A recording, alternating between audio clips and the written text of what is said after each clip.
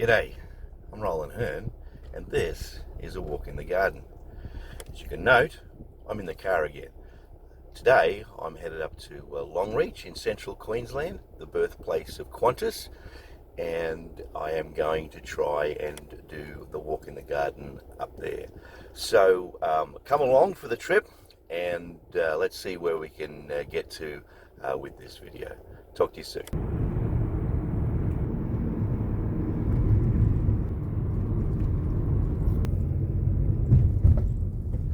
Here we are at the parking spot, and we're in good time too, because it looks like we're about 20 minutes earlier than what we needed to be.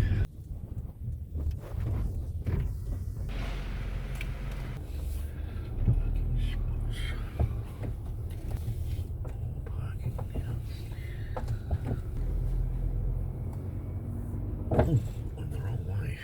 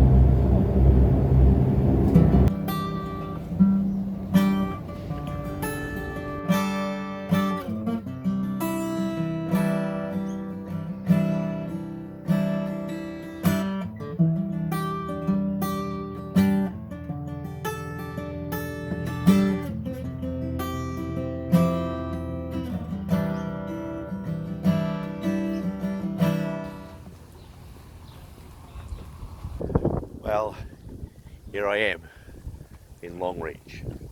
Been here a couple of hours, had some lunch. It's an interesting and enjoyable flight up here. Longreach is basically in Central Queensland, about 1,200 kilometres north-west of Brisbane. It's a town of about 3,000 people, and was first settled or formed in 1888. Interestingly, it was just 30 years later that Longreach's big claim to fame began. Longreach does in fact have another claim to fame. It's the home of the Australian Stockman Hall of Fame. But I'm not going to address that in this video. I'm going to talk about QANTAS, however. QANTAS is the largest airline in Australia. It's Australia's national airline, and it's the third oldest airline in the world.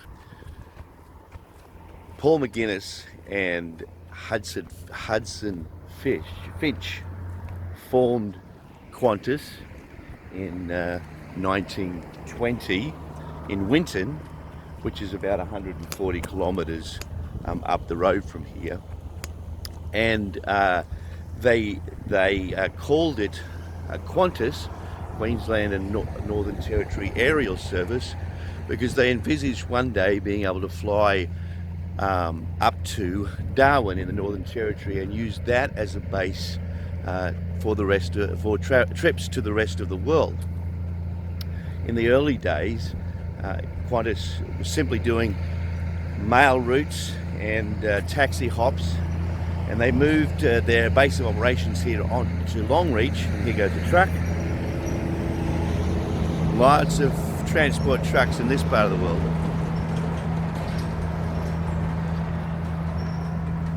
They moved their base of operation here in 1922,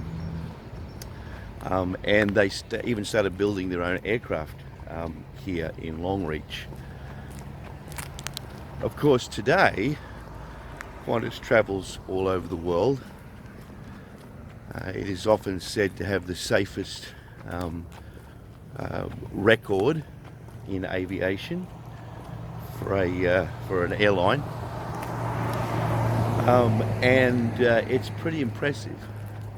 This little clip of a jumbo jet sitting on the side of the airfield at Longreach represents something that's pretty impressive. A few years ago, as they're retiring the jumbos from service, they flew one out here to Longreach and landed it on this little country town runway. My brother, who lives in the town, says that the entire town turned out to watch this event. It's a pretty spectacular event to watch a jumbo jet land in a rural airfield. But there was all anticipation that something chaotic might happen. It might overrun the runway, and so there was some anticipation. But he said, apart from the fact that it was phenomenally impressive, it was a bit of a non-event. The plane came in, shut down its two outer engines so as to not kick up too much dust and to decrease the power, and then just dropped gently onto the runway and stopped in a very, very short time. And it was an incredibly impressive sight. But here's what I want to say about all of that. So these two men were soldiers and then airmen in the First World War. They were seeing humanity at its worst. I haven't been able in my research to find out why they moved to this part of Australia, because they were both from the southern part of Australia. But they came here to start this airline when airlines were basically non-existent, and they started with flying mail and a couple of joy rides and small little hops for local graziers, and now there is this massive multi-billion-dollar organization that travels around the world and sets the pace around the world. I love stories like that. I'm sure you do too. It speaks to the human spirit, doesn't it? You can imagine them seeing the worst of humanity, and yet even so they dream massive dreams. It's not unlike what happened to me a number of years ago, in that I was in Sydney, and like I had been there many times before, was at the area known as the Rocks, which is where the original convicts came ashore. And it struck me when I was looking out across the harbour at the Sydney Harbour Bridge, that though all those years ago, 200 odd years ago, this refuse of humanity struggled ashore with almost no awareness of what would become of them. I can't imagine what they must have felt at that time. The despair, the discouragement, the hopelessness, the loneliness, the lostness, the emptiness. And yet there on that very spot is this incredibly sophisticated city. You can't keep the human spirit locked up. There is something within us that seeks always to rise, and that is reflected over and over again. The inspirational story of QANTAS, or of convicts overcoming an incredibly harsh environment, and multitude stories down through history. Many people go through life and overwhelmed by their circumstances. I know at many times in my life I felt so overwhelmed that I didn't really want to keep going. But nonetheless, humanity does always seem to rise above the struggle, rise above the circumstance. There is something within us.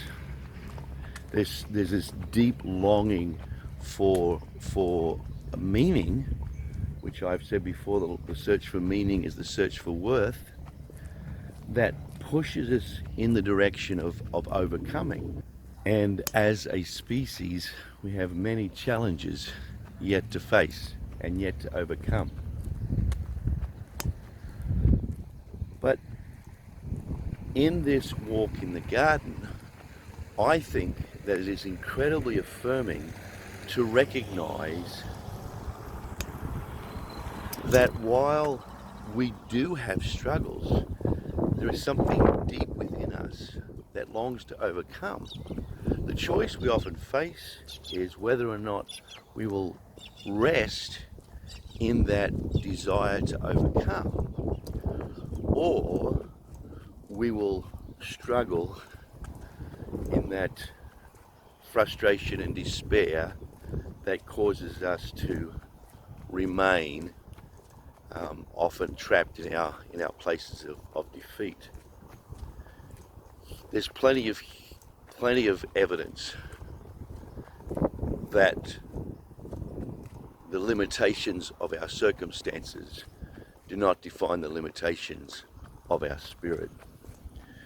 And it would be always my encouragement as we walk in the garden that we believe in ourselves, that we believe in the value of our life, that we believe in the future that is before us. Not because we are guaranteed of success or of getting what we want or of achieving great things, but we are guaranteed, because of who we are, that our spirits will rise and we will find a way of overcoming. Lots of times that is very hard to believe. I know, I've been there. But it's good to stop in places where humanity has achieved the extraordinary in the midst of the mundane and of the hopeless. And maybe that is a spot in the garden, we could call it the mundane and the hopeless, to remind us that in this walk in the garden, we are moving towards, ever forward, towards overcoming our struggles. So let's keep walking, shall we? See you next week.